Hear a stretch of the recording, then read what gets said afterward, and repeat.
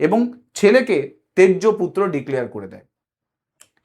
ছেলে বাড়ি থেকে বেরিয়ে যাওয়ার জন্য রাজি হয়ে যায়, কিন্তু বৌমা রাজি হয় না। বৌমা বলে যে এই প্রপার্টিটাতে আমারও অধিকার আছে, আমিও থাকবো এই প্রপার্টিটাতে ছেলে মেয়েদেরকে নিয়ে। শাশুড়ি বাধ্য হয়ে কেস করে, ট্রায়াল কোর্টে কেস করা হয়। ট্রায়াল কোর্টে এই পুরো জিনিসটাতে সমস্ত কিছু পর্যবেক্ষণ করে, এবং পর্যবেক্ষণ করার পর ট্রায়াল কোর্ট যে জাজমেন্ট দেয়, সেই জাজমেন্টে সেখানে বলা হয় যে না, এই প্রপার্টিটাতে ওই যে বৌমার কোনো অধিকার নেই, কারণ এই প্রপার্টিটা যে শাশুড়ি রয়েছে সে নিজের টাকায় এই প্রপার্টিটাকে কিনেছিল। এরপর বৌমা গিয়ে হাইকোর্টে অ্যাপিল করে।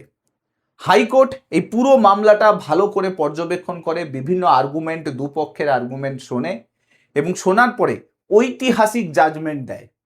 দিল্লি হাইকোর্ট জাজমেন্ট দেয় যে যে কোনো শেয়ার্ড হাউসহোল্ড যেগুলো থাকবে, সেই সমস্ত শেয়ার্ড হাউসহোল্ডে কখনোই পুত্রবধূর কোনো অধিকার থাকবে না।